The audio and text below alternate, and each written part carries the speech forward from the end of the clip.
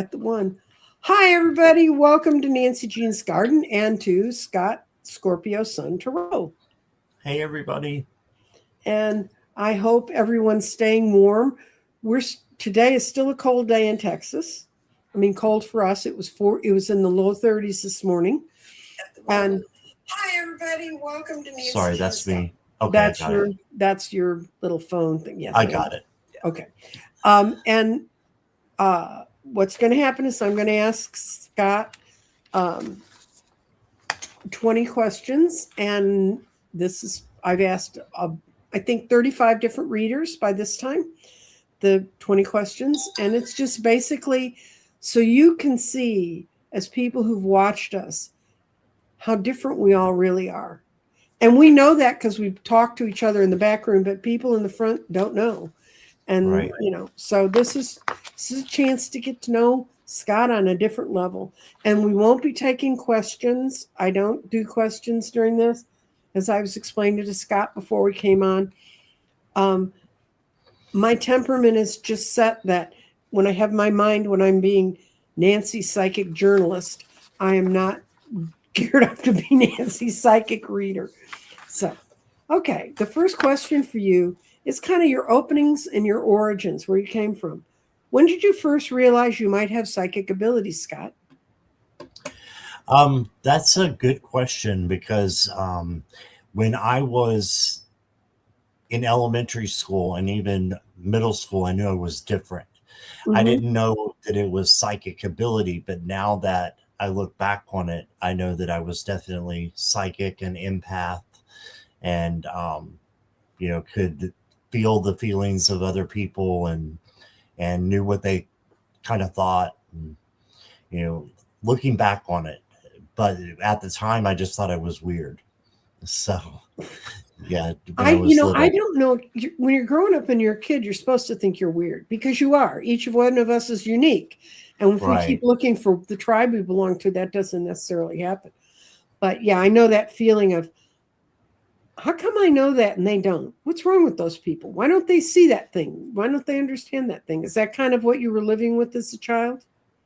Right. Yeah. And, I had this paranoia about me as well. And I thought, that, everybody was out to get me when it was just like, I was different. That's all. I was different and kids are mean. So yeah, well, that's just, for the most part, not all of them. Are you an only child? No, I have two older sisters. Okay. Well, I was in a family of 5. I had 2 older and 2 younger. And I had an older brother and an older sister, and nobody would pick on me because my older brother was mean. He kept that away. As you were maturing and becoming aware of that you had these abilities, was there a single aha moment that you said, oh, that's what it is? I would say not until my mom passed away, and that was in 2022. Okay. I already had my channel. I was already reading a little bit, but I wouldn't say that I knew I was psychic until she passed away, and there was a big experience that happened with her passing, and I was able to speak with her while she was in a coma. And I know that I got through to her and spoke with her. And one of my friends told me, hold her hand. And she was in a nursing home. She hadn't eaten or drinking or opened her eyes in a couple of days. And she was just laying there, but she was still alive. And my friend told me, just grab her hand and ask her if she sees 3 figures, because I see 3 figures.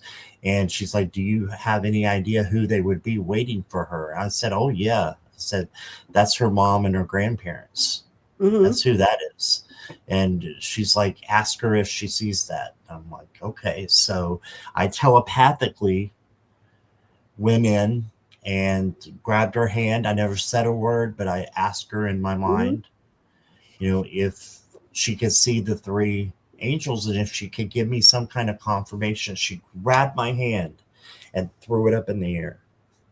Cool. And then I asked her if, I said, I, have one question for you, Mom. I know how much you love me, but you've never told me, that it's okay for me to go on and I'll be okay without you. And I need to know that you're okay with me going on so that I can live my life without you. We were best friends. So, and I said, Mom, can you? And I didn't even have to say it. Bam, up goes my arm. And it went up so hard that I almost dislocated my shoulder by a 95-pound woman. And who was in a, basically in a coma. Did that. So, I know. I sat next to my husband when he was dying in 2004, and he was dying of a cancer. And I know he was on a lot of painkiller. And he was in hospice. They were just keeping him comfortable. And I was sitting next to him the day before he died, and I said, "Are you walking in and out?" And he said, "Yes." And he was, the last thing he said to me was, "How did you know?" And I said, and this is when he wasn't supposed to be talking. And he was really talking with his mouth. I said, "How did I know what, honey?"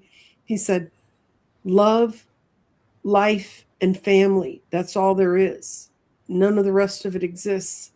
And I said, "Because I can't imagine a world where that doesn't start from there." And he said, "You knew. I wish I'd have seen it earlier." So he said it with a British accent, but I don't do his accent. Right. How did the people around you react when you began to share your experiences? I know you came out as a reader first, and a lot of readers are very modest and say, "Oh, well, it's not really me." But how did, when you really came out and said, "I'm doing this," how did people react? So I waited a little while after my mom had passed. I went through the grieving process, the deep grieving process. And then just one day I decided, and I knew I wanted to do a video. Just one day I did a video and I let it all out, and it was ugly. I was ugly crying, and, I was still grieving. So it wasn't pretty, but it was my heart.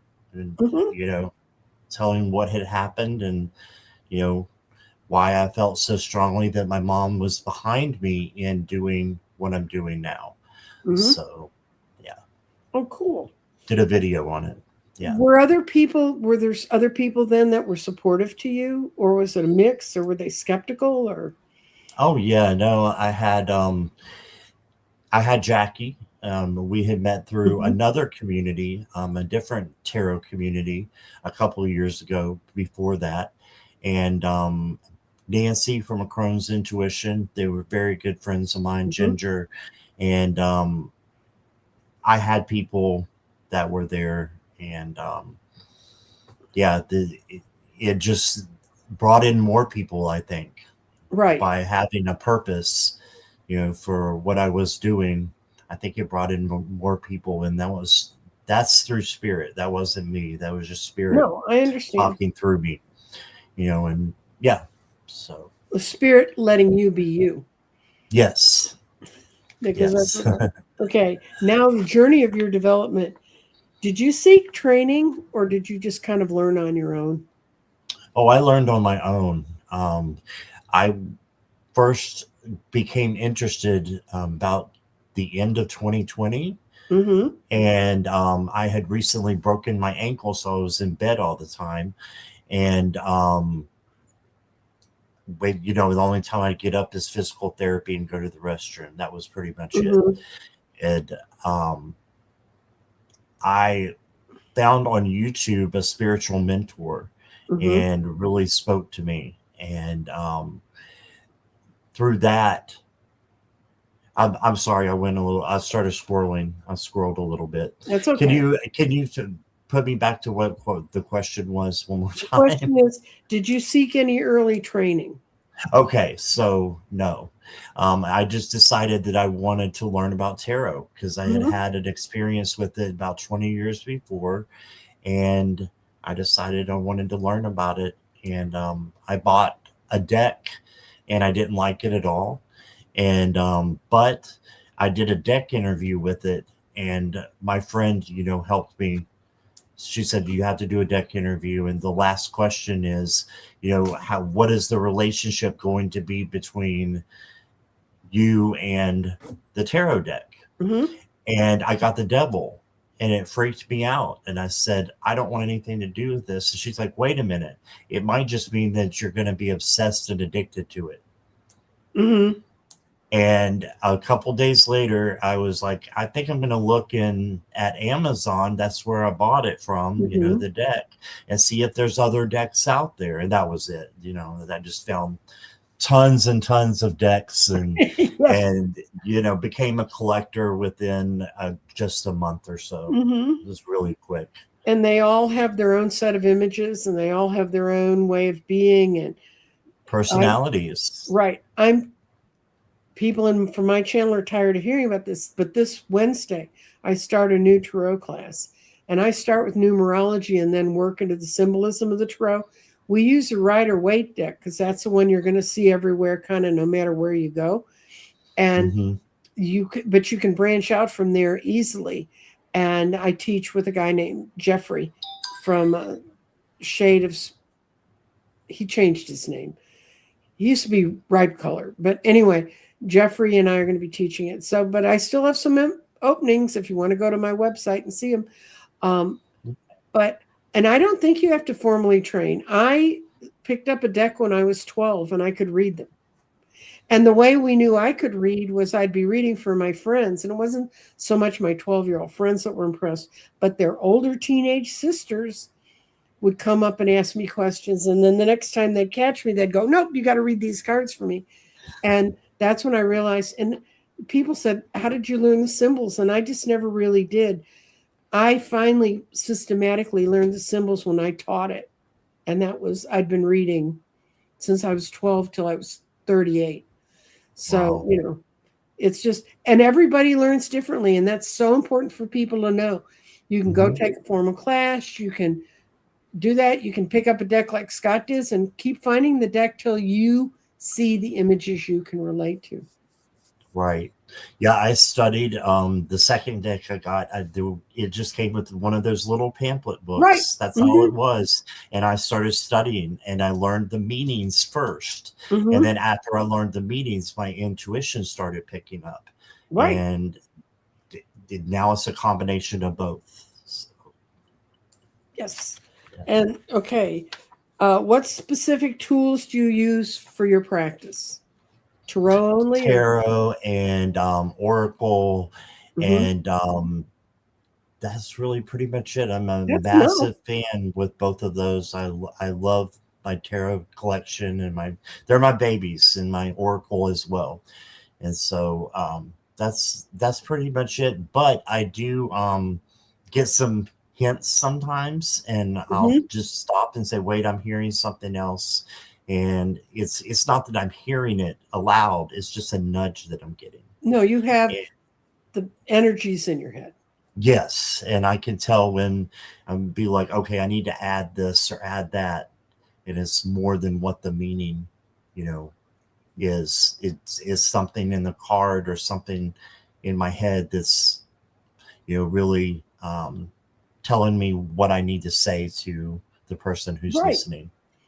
Yeah, that's what sometimes I'll throw out cards and I'll go, I can't say that. And my guide, Addie, whomps the back of my head and says, yes, you can. It wouldn't be there if you weren't supposed to say it. Um, Right. did you, so you were your own mentor and teacher, but you said you followed some other people early to kind of get a ooch in the right Right. direction. Right. Um, Yeah, so my first spiritual mentor has no idea I'm even alive. Her name is Christina Lopes, and she's all over YouTube. She's very popular, but she is more of a empath teacher, And that's how I learned first is what I was like, what is an empath? I'm going to look it up. And then I found her and I realized I was an empath. And that's what was going on all those years when I was taking on the feelings of other people. Oh, yeah. It was because I was an empath. So, yeah, that's the first way I learned about spirituality and, that Her I name was different. is her name Lopez? L-O? No, it's Lopes, but it spells like Lopez. Lopes. Oh, okay. Lopes. Okay. I'm going to go look her up and see what the woman's got going. Yeah, she's fantastic. She's from Portugal. Okay. And let's see. That's a fun thing about YouTube. You can be from anywhere. You just got a shout out about your Saturday night slumber parties. Right, that's with Sherry. Sherry, who you did the Mardi Gras with. Sherry Yes. Mm-hmm. from the swamp. Mm-hmm. Oh, Okay. Thank you, Jolynn. Yeah, Jolynn's been around me for a long time, so she does something fun. I want to let people know. Yeah, it is fun. We have a lot of fun, but you have to be into that kind of mindset because it's some of the wacky cards. Well, that's where I started reading, was at slumber parties. As you can imagine, as a 12-year-old, that's where you start. Right. Right. Yeah. How did you learn how to tell the difference between psychic impressions and imagination? Ooh. Psychic impressions and imagination. I just think it's an intuition that you get that's psychic impressions. And imagination is just something that comes from a different place. I don't know how to describe that really.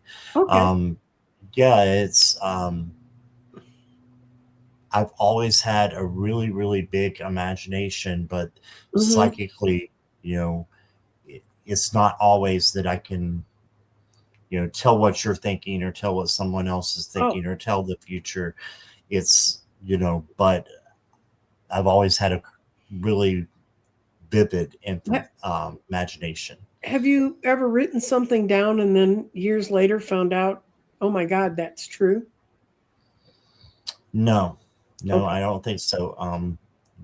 I used to do a little bit of writing, but no. One thing interesting though is I used to have dreams all the time and I could remember them. Now I can't remember my dreams, so I don't know if it's true or not. But if something happened in one of my dreams, the opposite would happen in real life. Every single time. So I could almost predict the future by that. I'd be like, oh, this is not going to happen, because it happened in my dream. And it was like that for years. So. Okay. Yeah, because I wrote a play once and I named 3 of the characters. I used to write things in high school to get out of class assignments. And so I wrote a 3-act play. And I'd forgotten about the play completely because, things you do your junior year in high school, who remembers it? And when my parents cleared out their house, they sent all this paperwork they'd kept in the house. And in it was that play. Oh, and wow. in that play, the 3 major characters were my kids' names. Wow. So, yeah, and they all actually had the characters that the people in the play had. It was very weird. I sat there and read it and went, what? I was like 30. So you didn't realize that you had named them after? No, I didn't remember any of it. Wow. So yeah, that's why sometimes we have things that we leave behind. Not a lot of people left a lot of writing behind that they could find later, but my parents were pack rats, so I got everything. Okay. Are there moments when you've really doubted yourself and you decided to push through, and how did you do that? If you did that? Yeah, all the time. I would say I grew up with a lot of doubt and with thinking that I was kind of not just different but kind of a loser. And I think a lot of that stems from this is getting off the subject a little bit with the tarot reading and everything, but I'm LGBTQ. I'm a gay man, and so I always thought that I was different, and I was being teased about being gay before I even knew what it was. So I had to overcome that and come out of the closet. And when I was 26 years old, after going to a Baptist university, and Oh, that's right. You're in the South. Yeah. Okay. yes, I went to Liberty University, which is Jerry Ooh. Falwell's. Ooh. I was there for 6 years, and Okay. I was the first gay student that they let graduate. Well, That good for was you. openly gay. Yeah, Good. but I didn't come out till my last semester, so I think they pretty much said he's been here 6 years. We're going to let him finish, and We're gonna they hope that did. we'll hope he sees the light on the other side of his door. Oh yeah, they made me go to a counselor and all that good stuff. But yeah, I couldn't wait to get out of there. But it was an experience for a reason. So, Well, you got sent through the fire. And right. how do you handle skepticism from yourself and from others? I just realized that other people's opinions of me is none of my business. And also that the skepticism, I can be my own worst enemy. So I have to dial that back sometimes and just ground and talk myself out of it. So yeah, that's something that you're picking up on a lot of things that I've had to deal with. And That's what readers deal with. That's where it comes from. yeah, it's a lot, but I'm glad I'm here. So W.C. Fields there was a famous quote from him, and he said, I always carry a suitcase full of liquor in case of snake bite. And wow. I always keep a couple of snakes close. So Though that would be why. Yeah. yeah, I mean, and I think that's I've been doing a lot of work with shadow work recently with people. And the way I'm approaching tarot now is how to use tarot to find your own shadow work, how to work through it.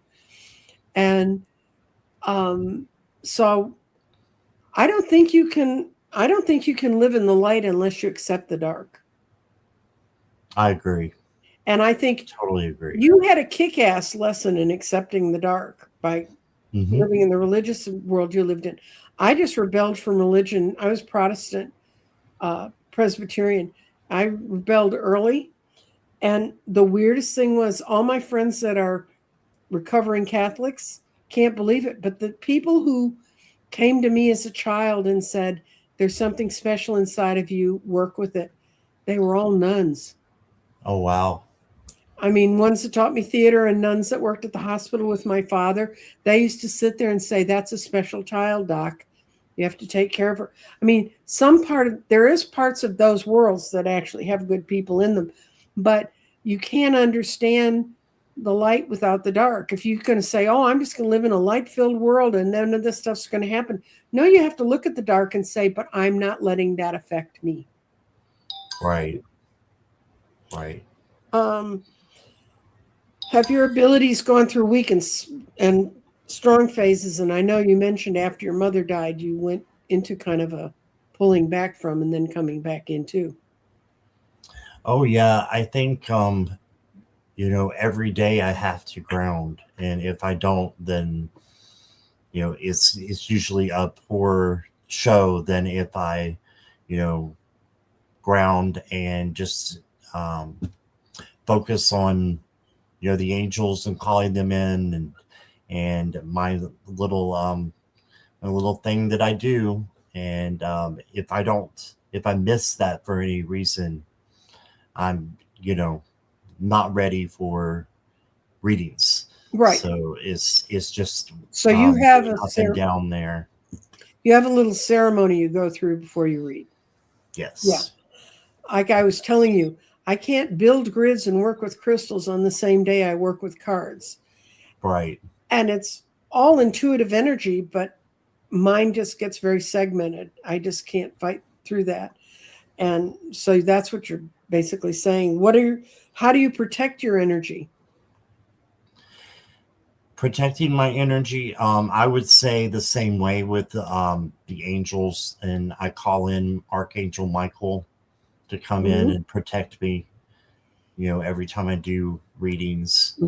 And if there's something that is big that I'm going to do, and I think my energy needs to be turned up, then I'll do the same thing. I just ask for protection and go through those phases of grounding, and calling in the different archangels and my ancestors and my spirit guide, my animal spirit guide. I do it all, and I can do it in just like 5 minutes. But for it to really go into my heart, I have to make sure that it's really going in. Sometimes that takes a little bit longer, sometimes it doesn't.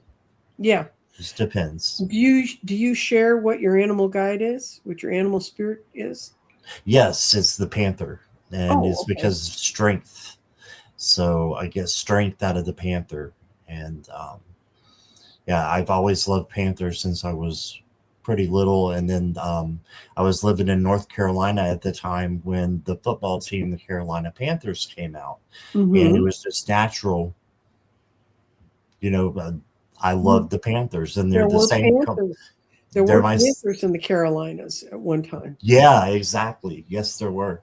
And it was even my favorite color was blue, and that's what their uniforms were. So that just solidified that for me. The Panthers were always special to me. I love Dolphins as well, because they play and they have fun, and yet they're just so friendly and calm and kind. Do you know what dolphins do? They keep the ley lines connected under the ocean. Oh, I believe that. They work with the whales to keep that energy flowing in the right direction. Right. They're busy chattering to each other. Yes, they do like to chatter. Do you have any go-to rituals that are like every day, or is it just kind of when you know you're going to go to work? I would say the rituals are more when I'm going to do a show. Okay. So, I don't look at it as work. I look at it as, an enlightenment time, because I really, tap in. And when I'm tapping in, and helping other people, that brings me joy. So it's more than just work. Yeah. No, I mean, I know, but you didn't mean it that way. Yeah, I didn't. When I talk about work, I don't think it's work. For me, it's liberation and freedom and not work. Yes, yes. Now we're going into your wisdom and insights. Okay. Do you think psychic abilities are innate, or can anyone develop them? I think anyone can develop them. I do. But it depends on where you're at in your life. So people of lower vibration, I don't think can. People of higher vibration, they have an easier time with it. And I think that they can get there faster. But lower vibration, it may be some type of psychic, but it's probably not the positive one. They probably use, there's people who use things for negative purposes. And so I think that if you're of a higher vibration, that you have a better chance of learning the psychic nature of things and how you can tap in. And yeah, that's what I'm going to say for that. Okay. And what signs might someone have, or if people come to you and said, do you think I'm gifted? I'm doing blah. Okay, what signs you said? What signs they might be feeling inside themselves to know that they're gifted? I would say an empath is one of the biggest things. Knowing that you take on the feelings of other people without asking them. And a lot of times empaths will take on those feelings and it gets mixed up with their own feelings. Right. So I can see that a lot of times. And there's say oh, you know, I'm down on my, I don't count, I don't matter. Or, I've had people in my chat say that, Mm-hmm. and that I have a hard time accepting, who I am. And I think it's because they're not separating their feelings from other people, and that other people's feelings are interfering, and just becomes a muddled mess. Or they can't ever pull out and say what they want. Right, right. Um, Uh, I don't know why my phone's ding dinging, but it's doing it.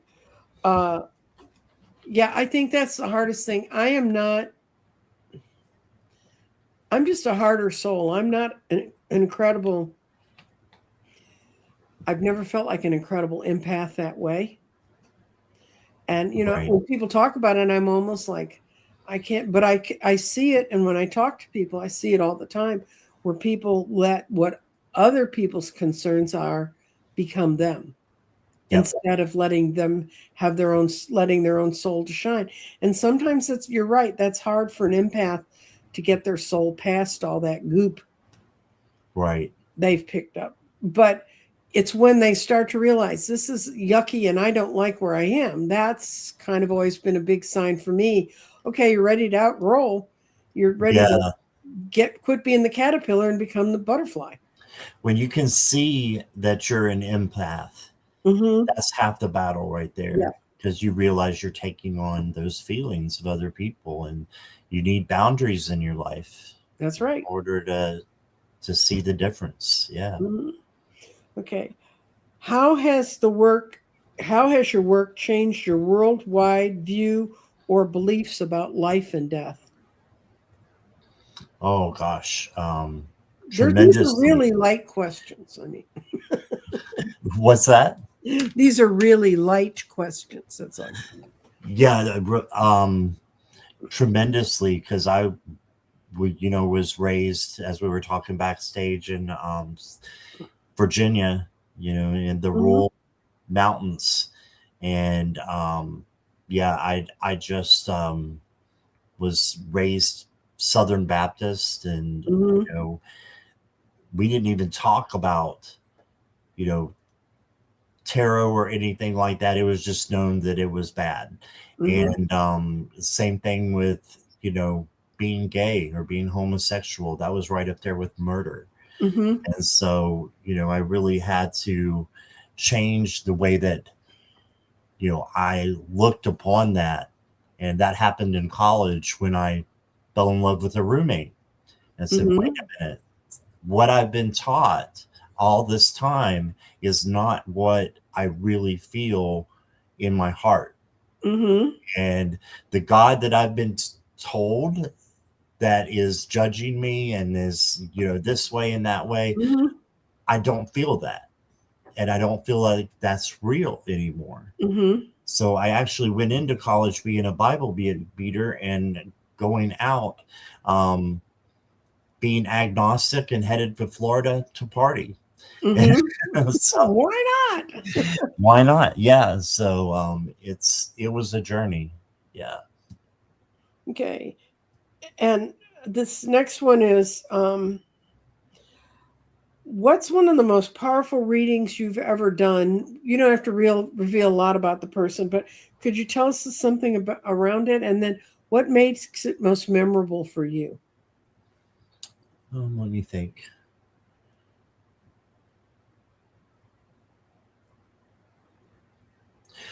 Just recently, I had someone say that they had a reading with me, and I got the King of, or I'm sorry, the Knight of Wands. And Mm-hmm. the Knight of Wands to me is very passionate, and there's a lot of good qualities, but he's reckless. You see Mm-hmm. him jumping through fire and everything. And I said, be a little bit careful, watch where you walk, where you drive. She came back in a couple of days and she said, there was a nail in my tire that next morning, and you predicted that. and I would have had a blowout if I hadn't been checking my tires. And so just stuff like that, you know, and I get that a lot. And I love hearing that feedback, you know. Yeah. If you're out there and you're getting read, if you can give us feedback, even if it's nothing like that's even close, or you can say that's exactly. I was on the phone till 11 o'clock last night with a client that I talk to a lot. She lives here in town, and she has just been made president of a medical division of a corporation. And she said, I never thought I'd get there. And you kept saying, it's all going to work out. You're doing everything you're doing is right. And, you know, you just don't know. Right. You just have to say what's in your heart and understand what's in your heart and hope it touches theirs. Yeah. Absolutely. And I agree. Keeping them safe and keeping them alive is the best way to keep clients. Yeah. Okay. Definitely. If you have a complex or sensitive message, how do you deliver it to a client? Good question. I would just, you know, just be honest with them, but at the same time, kind of prepare them, saying, there's going to be some tough love coming. So, you know, forgive me, but I have to say what's in the cards. I have to say what's, you know, what I'm hearing. And, you know, then I just try to do it a little bit tender and with love and watch my words, but at the same time, let the truth come out about it as well. Yeah. You don't. What makes me crazy is when I hear readers that awfulize things, that take something that's going to be tough and they make it even worse. I used to work a lot of psychic fairs, and I was around a lot of readers, and I saw a lot of readers do stuff I learned not to do, and awfulizing things so that people would say, oh my God, you saved me from da da da, you know, and they hadn't. The person would have been smart enough to get around that anyway. But, or the other one is to not tell them the truth. I had a woman who sat at my table and I saw she wanted to kill herself. So I told her, I mean, this is in a ballroom, card tables. And she stood up and started screaming at me. And I said, well, I'm sorry, but you need to look at what you're thinking about doing. And the friend who'd brought her to the psychic fair came up and she said, I handed her, the woman, her money back and said, I don't want your money because, you know, maybe that'll make it easier for you to live with whatever, but I didn't want to be any part of her cycle of energy. And her friend came, and her friend paid me for the friend, and she also paid me to do a reading for her. And it ended up this woman had just moved in with her and was living with her and her husband till she could get settled again. And I did some remote viewing, and I said, there's a gun in this drawer. There's these pills in the medicine cabinet, and your husband needs to go through the house before you get her home and sweep all that stuff out. And then you need to call a lawyer and see what you can do about having her committed because of her attitude. And they did. And she said, what do we do then? I said, you hand it back to her family. She didn't move in with her family because she knew her family would sense how wrong everything was. And anyway, a year later, the woman had not killed herself. She'd recovered from being dumped she was a mistress for someone and being dumped by the guy and having to move back to Texas. And the woman that had taken her in sat down with me and she said, I'll never have you do another reading for me again. I hope you don't mind. And I said, no, I don't, because you now think anything I say would be right. You don't have any ability to discriminate. And she said, that's right. And she said, but I've told a lot of my friends to come find you. But, you know, that's good. But you have to tell them the truth. Okay. Now we're going on to advice and inspiration. Okay. What advice would you give someone who's just starting to explore their gifts? You know, even though I didn't take a class, I would say take a class, you know, and ask your guides and your angels to help, you know, bring it in even stronger and work on it that way. So, Okay, yeah, good. kind of a short answer to that one. That's fine. Are there any daily habits right now that you do every day that you would recommend to someone that sort of helps keep your energy clear? Yeah, that just goes back to the grounding, and I call it grounding, but it's more than that. I ground, and then I ask all the angels to come in. I start Mm-hmm. with Archangel Michael for protection, and then I just go up through each chakra, and there's an Mm-hmm. angel for each chakra for me. So I call them in and ask them to help me by their characteristics, and then I go to, you know, my ancestors and ask them to come in.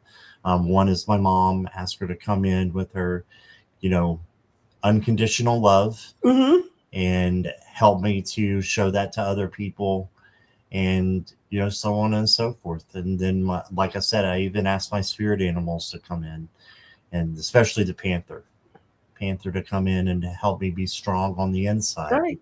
show strength and kindness, gentleness, tenderness, patience. Mm-hmm. You'll always hear that same saying on my channel, or hear me say That's that, important. because that's true strength in my opinion. How can someone find a trustworthy psychic community or mentor? Ask for it. That's what I did. Mm-hmm. I asked my guides. I was getting a psychic reading, a tarot reading from someone, and it was on something completely different that I had a question about. And she just stopped in the middle and she said, "You need to find your tribe." And I said, "I'm in the Mm-hmm. middle of Virginia in the rural country." I said, Mm-hmm. there's nobody that's gonna, I said, "There's one gay guy down the street and there's nobody who does tarot. And I'm interested in tarot, but you know, at that point I hadn't Mm-hmm. learned a whole lot." And she said, "Well, you need to call your tribe in." So I tried it that night, and I had been flirting with YouTube and the tarot tube Mm-hmm. community a little bit, and that next day, um, they started talking about a tarothon, and I was like, "What is a tarothon?" They're like, "Oh, you go in and you go to, you know, 12 or 24 different, you know, shows during, you know, the 24-hour period, Mm-hmm. and you just go from one to the other." And that's how I found Jackie, and Oh, Jackie's cool. my best friend. So, See, they you were know, getting led. People, it's, and that sounds, you go, oh, that, you're rolling your eyes to the back of your head and saying, that sounds so simplistic. But it actually can be that easy. it was for me. Yeah. And it was the right timing too. Do I Mm-hmm. think that everything happens at the exact time that we think it should happen? No, it doesn't. That sometimes you have to manifest and then wait for when it's the right time that it comes to you, and in the Mm-hmm. form that spirit wants to bring it to you, because that's the best for you at that time. Good for you. Because that's Thank you. my guide. My guide's name is Addie. And if you guys don't have guides yet, I didn't meet my guide until I was in my 60s. I went to uh, a wise thing. The guy had Many Lives, Many Masters, who wrote that book. I went to Mhm. a weekend seminar in Austin, and he hypnotized the room. There were 800 people in this room. He hypnotized us 5 times that day.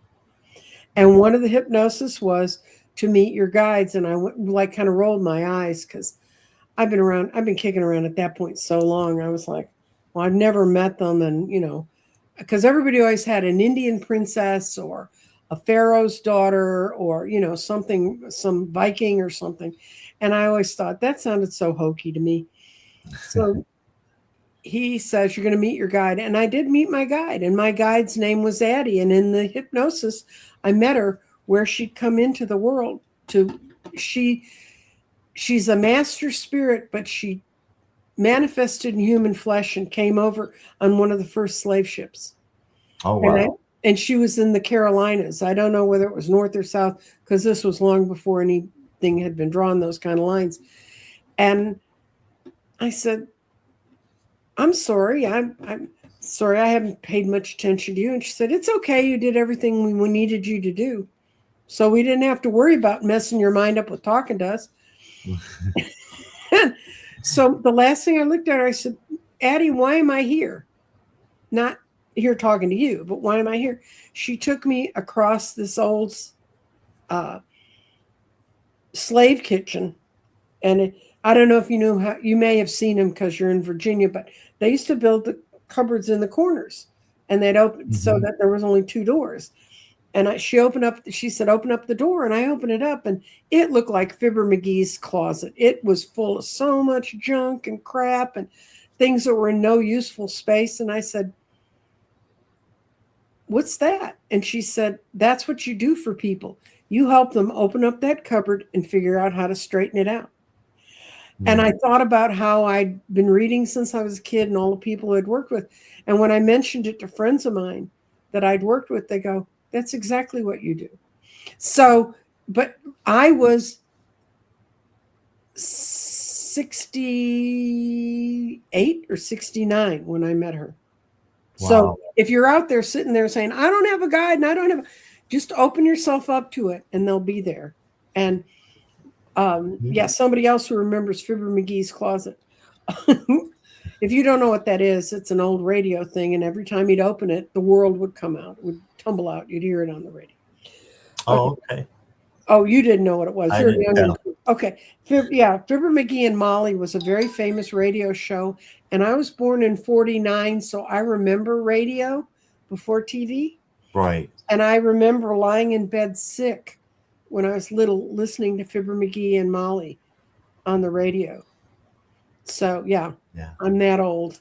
But you don't look as old as you are. Well, no. And my first tarot cards actually were chipped, like out of cuneiform, you know. Okay. Your last question. We've reached the end. Da, da, da, da. You've done a marvelous job.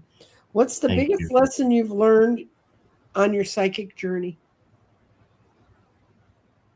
If somebody said, what'd you really learn?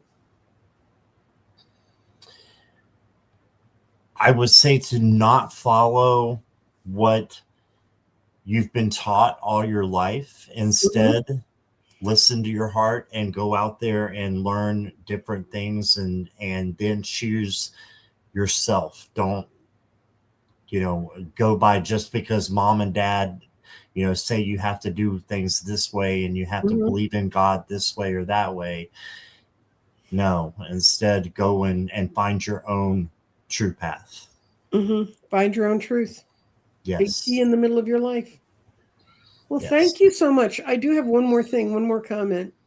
It's St. Patrick's Day. Yay! Yes. I don't know about the snakes, but I love the rest of limericks, fairies, and dances. Kelly, I don't know what they were saying about the snakes up in the feed, but there are no snakes in Ireland. And I can tell you why. There were no snakes in Ireland. St. Patrick didn't drive them out. They just were never there. There's 2 states in the U.S. that, they have snakes in Hawaii now because people brought them on the island, but there were none. When the white man first stepped on that island, there were no snakes.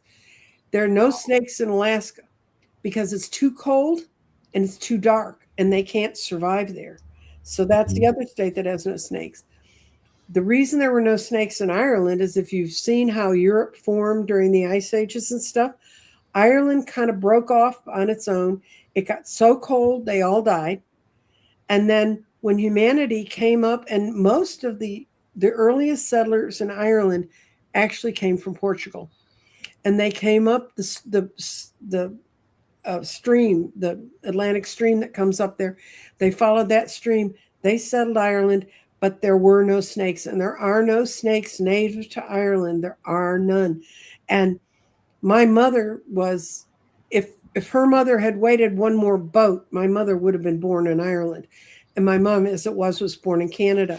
But she was terrified of snakes. I mean, and it's so funny you brought this up today because I was thinking about it, snakes and no snakes in Ireland. My mother loved to garden, but we grew up in Illinois. And there were lots of garden snakes in Illinois. And my mother would see a garden snake, and for the 5 miles around us, they all knew she'd seen a garden snake, and that snake would be chopped into so many pieces. And she kept saying, "It's the Irish in me. We don't want any part of snakes." But that's why the Irish had no parts of snakes. It's just a fascinating bit of history. And in all the places in the world, that's that and Alaska and the islands, some islands in the Pacific didn't have any unless they got brought over on the backs of, it's really weird. I actually did a paper on how snakes got spread around the world, which is a weird thing to write about. But there are no snakes in Ireland. And it's not because of St. Patrick. Right. Right. That's funny. My mom used to do the same thing. She hated them, and she would go out there with a backhoe and just. Oh, yeah. That's my mom would chop those poor babies up. And we're like, yeah, that thing can't hurt you. Now, if she lived where I live now in Texas, Texas has 105 native snakes in this state. Mm-hmm. And quite a few of them are not snakes you want to talk to. Right. You don't want anywhere near you. But so that's to the Irish, and to those who are Irish. Yes, I'm Irish. I'm Irish on both sides, and actually, when I've done past life things, they keep getting me back. Celtics and Vikings, and when we did my DNA, I had a lot of Viking blood left. The codes in my DNA. Wow. And they settled Ireland. They formed Dublin. The Vikings. Yeah. Mm-hmm. The whole eastern shore of Ireland was settled by Vikings. The western shore was settled by the other folks. Anyway, so that's kind of, for those of you who wanted an ethnic hit on St. Patrick's Day, there it is. And yeah, they were brought to Guam on airplanes. And yeah, I know all about the brown tree snakes. Anyway, so I loved having you here, Scott. Is there anything you'd like to say in closing to invite people to come over and visit your channel? Or what do you do regularly that they can tie into? Or just subscribe and then you'll know, because I presume you post. So please subscribe and turn on the notification bell to all, ALL. I noticed a lot of people in the chat that are already subscribers, but if you're not, please come over. And I do a lot of fun lives, and we have the best chatters. Yes. So you can, if you're not picking up anything from me, you can pick up something from the chatters. So that's right. And if you don't, let's see, I'll tell you exactly. 12 people have come over from your channel, and 52 people are part of my channel. That are here. If you belong to my channel, go over and support Scott, Scorpio Sun Tarot. And if you're from Scott's people, I would gladly recommend you come over here, because then you'll know about all the rest of the psychic profiles I do. I know somebody who wrote in there, she thought this is a cool idea. If you come over to my channel, I actually have a playlist of all the psychic things, and there's 35 of them now. I think you're 35. And I've got more online that I'm doing. I try to do twice a week, twice a day. And I'm going to immediately dive off of this. And I'm doing a series that I've been doing since last week. We're on day 5 of the 7 days towards the spring equinox. I do a lot of work with equinox, a lot of work with all these different things. And I work a lot with crystals. So, and I do a lot of cards. I have tons and tons and tons of decks. Oh, I know what I was going to do for you, Scott. I'm going to pull a card for you. Oh, thank you. And it's from the fairy. Oh, I have that. It's a fun deck. And there's a lot of fairies that are in my garden and the stuff I'm doing right now. So, and I'm going to pull one for you. Okay. This is interesting. It's 5 of winter. Okay. 5 of coins. And that's walk away from dishonest associations, realizing that you thought that what you wanted isn't the best choice for you or for your happiness. Something has not been worth the effort. So there's something you're deciding right now about walking away from. That is scary accurate. It's scary accurate, and Really? only Jackie knows what's The going whole on. story. Yeah. Yes, so Jackie can pipe in there if she wants to. That's Wow. what the 7 days have been around. It's been clearing your garden, then making intentions for your garden, then balancing yourself. And today, and then yesterday was balancing from light to dark. And if you guys just hang on, you can come right back on. And I'm going to be doing my combination readings, and would love to have you join me there, Scott, and have all your audience and your people. And lovely meeting you, Jackie, and Bora Bora, and Cat Lady. And Catherine T is one of mine. I know her. Catherine and I talk. And Hi, Catherine. okay, and remember to support your local readers. We live in the same world you do. Our gas is going up too. And yeah, please go to Nancy Jean's channel if you're on my channel and give her a subscribe. Do that for me, guys. Yeah, subscribe doesn't cost you anything. If you want to donate, you can buy me a cup of coffee. See y'all later. Bye. Bye.